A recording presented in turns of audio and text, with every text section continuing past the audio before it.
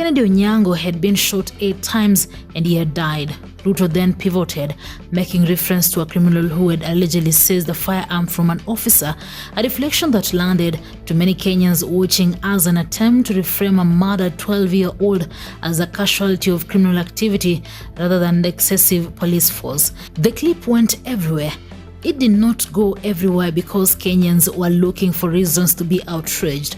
It went everywhere because it was the most honest possible window into how completely the government had absorbed the deaths of the 2024 protest.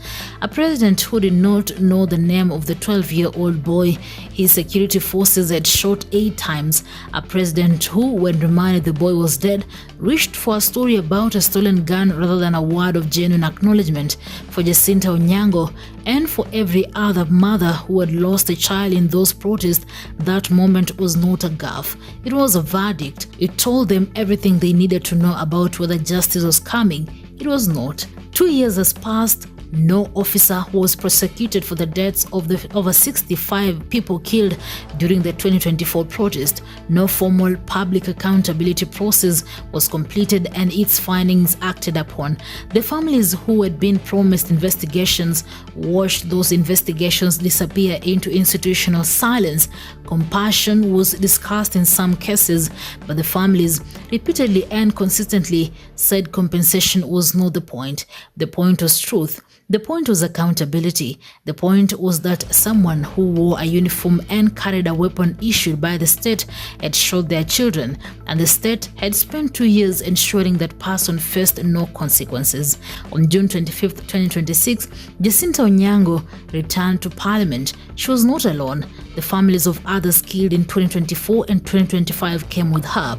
Among them, the families of Erickson and Rex Masai and many others whose names have been carried on placards and spoken at vigils and typed into posts by Kenyans who have refused to let them be forgotten. Opposition leader Martha Karua was there to offer consolation. Hussein Khalid of Vocal Africa had spoken for the families before the march began. Kalonzo Musyoka, Martha Karua and Eugene Wamalwa had walked alongside the bereaved down Kenyatta Avenue toward Parliament. They came with wreaths, they came with candles, they came prepared for a solemn, dignified act of memorial to lay flowers at the steps of the institution whose finance bill had set the protest in motion, to read names, to mark the moment, to say publicly what private grief had been saying for 2 years. We have not forgotten and will not stop until someone answers for this. Rex Masai, long live! Eric Shieni, long live! Erickson Mutisia, long live! What they found at Parliament was barbed wire. The gates were sealed. Armed officers were stationed in numbers that reflected not a security threat that existed, but a security threat the government had decided to preempt. The videos of her grief circulated across every platform within hours. She was not performing. She was not making a political statement in the calculated sense. She was a mother at the place where her country's most powerful people work.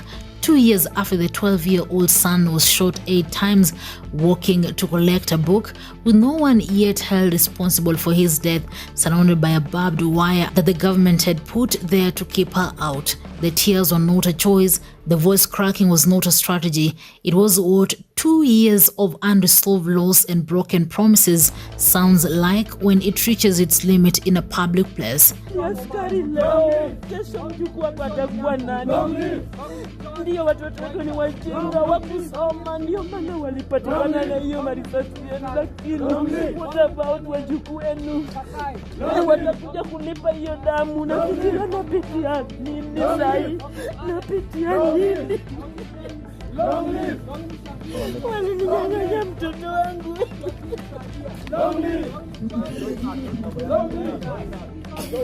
Hata kama sahi nakula chini ya mesa yenu, vile Lazaro alikula chini ya mesa, kule mbinguni mtamtamani. Mungu yupo.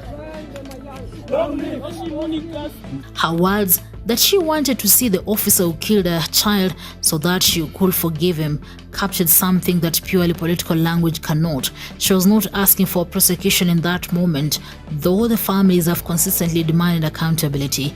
She was asking for a face or the basic human acknowledgement that a specific person made a specific decision that ended her child's life. That is what impunity takes away, not just justice in the legal sense, but the possibility of any human resolution at all.